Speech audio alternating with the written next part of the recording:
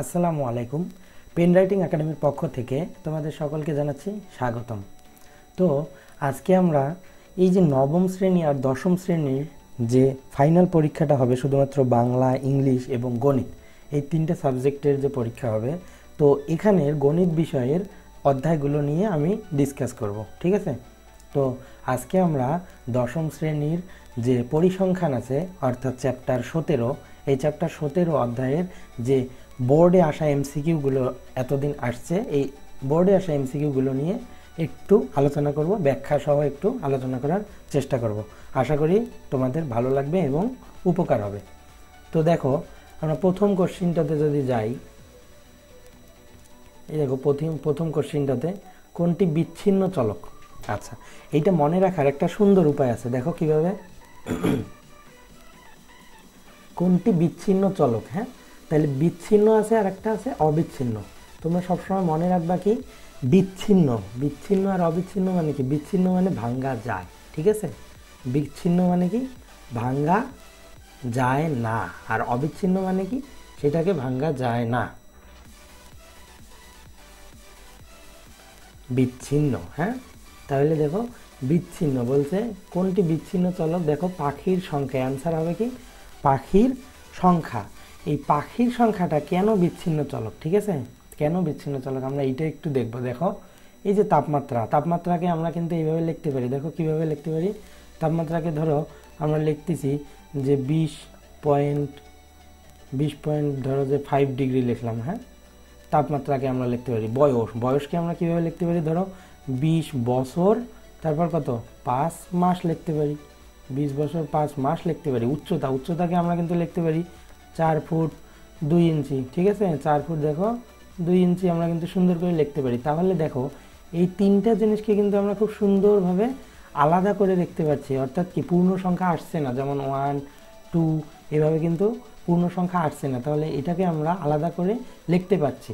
কিন্তু এই যে পাখির সংখ্যাটা আছে, পাখির সংখ্যাটাকে তুমি কি কখনো বলতে পারবা যে 5টা পাখি এই ওয়েট, এদিকে একটু দেখো, তুমি কি কখনো বলতে পারো 5টা পাখি আর অর্ধেক পাখি?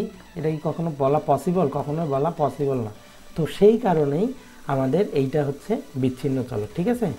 এটাই হবে কি? বিচ্ছিন্ন চলক। তো আমি একটু ইরেজারটা নিয়ে একটু এগুলোকে মিশিয়ে দিই। তো আশা করি তোমরা খুব ভালোভাবে বুঝতে পারছো কোনটা বিচ্ছিন্ন হবে আর কোনটা অবিচ্ছিন্ন হবে, ঠিক আছে? তো পেনটা নিয়ে নিই। আচ্ছা, তারপরে দেখো 2 নম্বর কোশ্চেনটাতে আমরা যদি একটু তাকাই।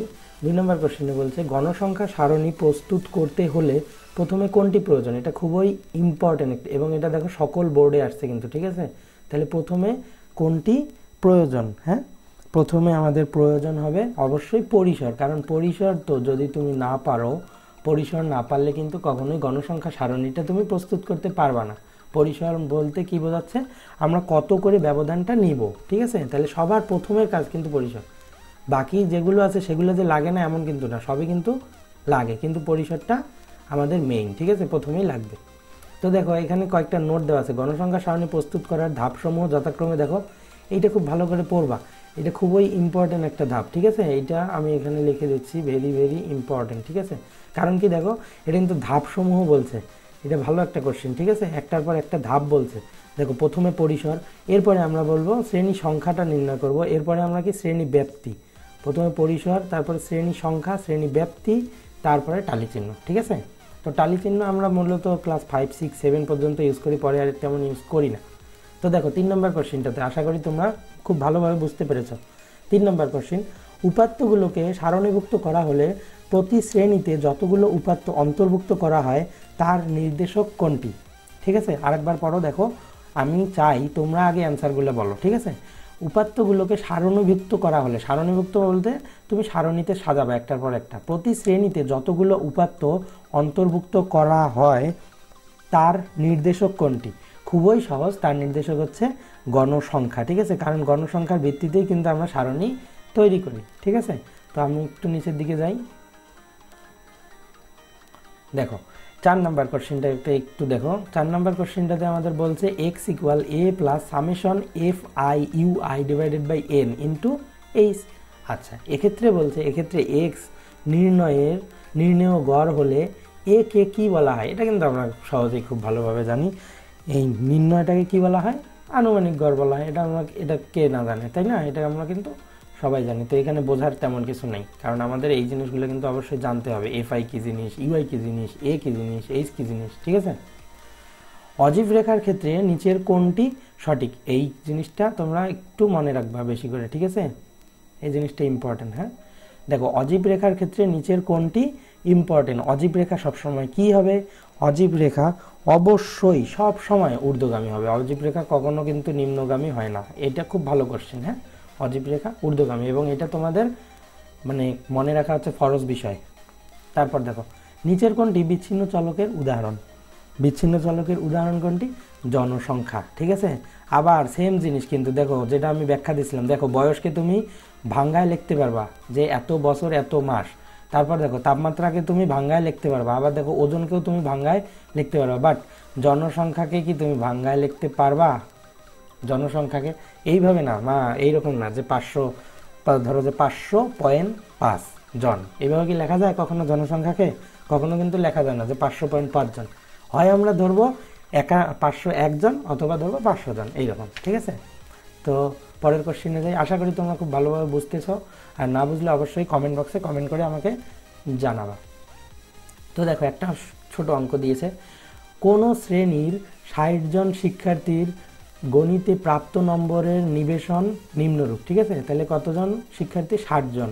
এই যে 60 জন, তার মানে 50 থেকে শুরু করে কিন্তু আমাদের 100 পর্যন্ত, দেখো গণ 60 জন হবে। মধ্যক কোন শ্রেণীতে, এখন কথা বলতেছে যে মধ্যক কোন শ্রেণীতে আছে। তো মধ্যক বের করার জন্য আমরা প্রথমে কি গণসংখ্যাটা দেখব। তা আমাদের গণসংখ্যা কত, দেখো আমাদের গণসংখ্যা হচ্ছে 60 জন, কারণ প্রথমে বলে দিছে। তাহলে 60 ডিভাইডেড বাই 2 করে নেব, সহজ হিসাব। 2 করলে আমরা যেটা পাবো, এই শ্রেণীটা কোথায় আছে, এখন আমরা এই শ্রেণীটা খুঁজবো। দেখো এই যে 30, এই 30 আছে কোথায়, এই 30 আছে হচ্ছে আমার কোথায়, দেখো। তো যতক্ষণ আমরা 30 পাইলাম, যা এই শ্রেণীতে অবস্থিত, ঠিক আছে? দেখো এটা কোথায়, এই যে এই শ্রেণীটাতে অবস্থিত কিন্তু, ঠিক আছে? সরি, এইটা না, সরি একটু মিস্টেক হয়েছে, এইটা না, এর পাশেরটা। ওয়েট, এই যে এই শ্রেণীটাতে কিন্তু অবস্থিত, ঠিক আছে? তাহলে হচ্ছে 60/2 আমার যে 30, তুমি 30 জন কিন্তু আমরা খুঁজতেছি। এইভাবে এই হিসাব করে করে আসো। এই যে 50 থেকে 75, 80 পর্যন্ত আসো। দেখো 50 থেকে 80 কিন্তু 30, তো 30-এর ঘর কিন্তু আমাদের এইটা। এইভাবে তোমরা গুনবা, ঠিক আছে? গুনে গুনে আসবা। তো মধ্যক শ্রেণী আমাদের এইটাতেই অবস্থিত। আচ্ছা, মধ্যক নির্ণয়ে এফসি দ্বারা কি বোঝায়? মধ্যক নির্ণয়ে এফসি দ্বারা আমাদের কি বোঝায়, এইটাই কিন্তু আমরা পড়বো, ঠিক আছে?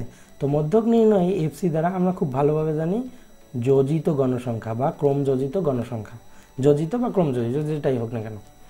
তো দেখো 9 নম্বর কোশ্চেনটা, এটা সহজ।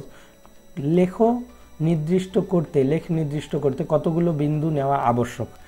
একটা লেখ নির্দিষ্ট করার জন্য আমাদের কতগুলো বিন্দু নেওয়া আবশ্যক, 2টি বা ততোধিক। কারণ 2-এর বেশি যদি বিন্দু না হয়, তুমি কখনোই সেটাকে জোড়া দিতে পারবা না।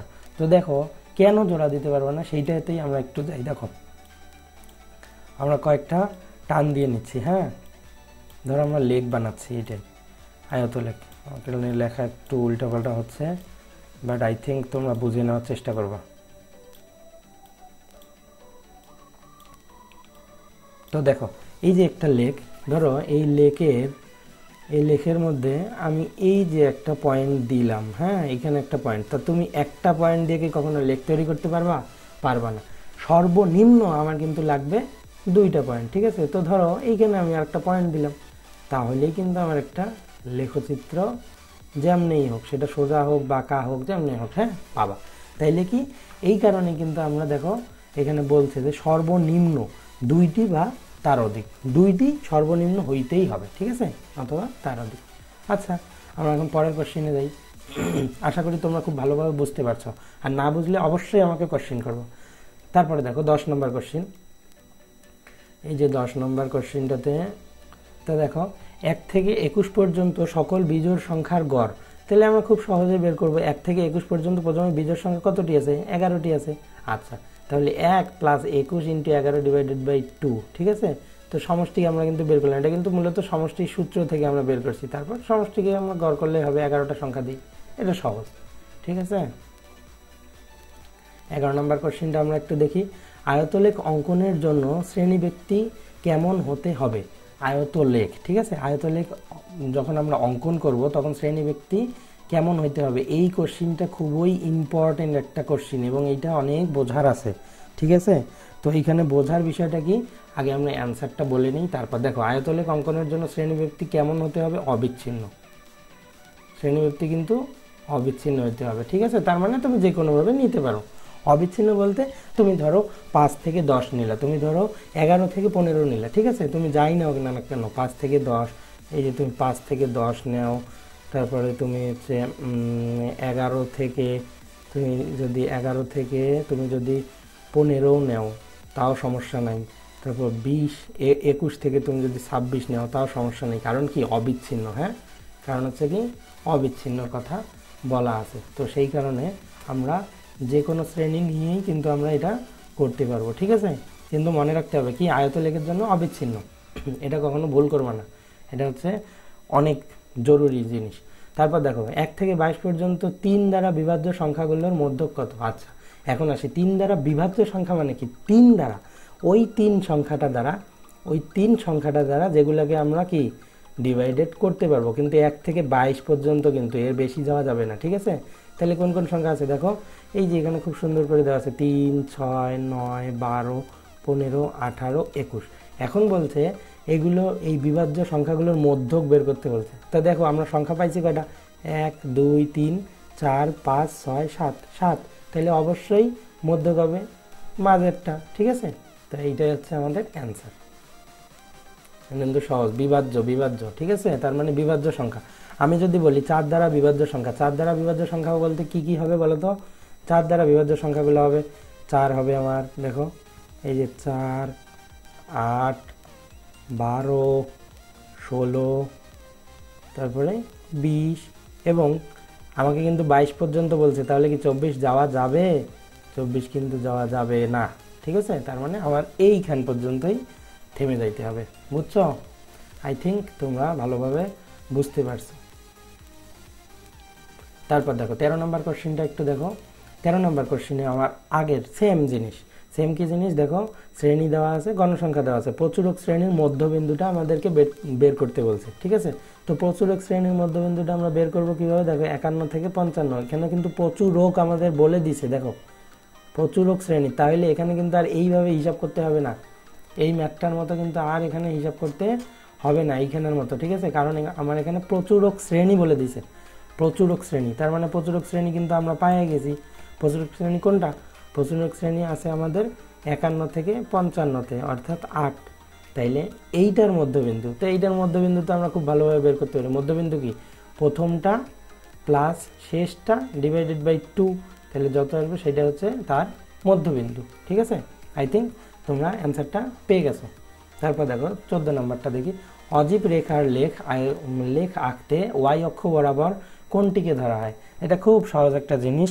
অজীব রেখার লেখ আঁকার জন্য ওয়াই অক্ষ বরাবর অবশ্যই ক্রমযোজিত গণসংখ্যাকে ধরতে হবে, ঠিক আছে। ক্রমযোজিত গণসংখ্যাটাকে ধরতে হবে, আর আমরা এই পাশে তো শ্রেণীব্যাপ্তি ধরবো এক্স বরাবর।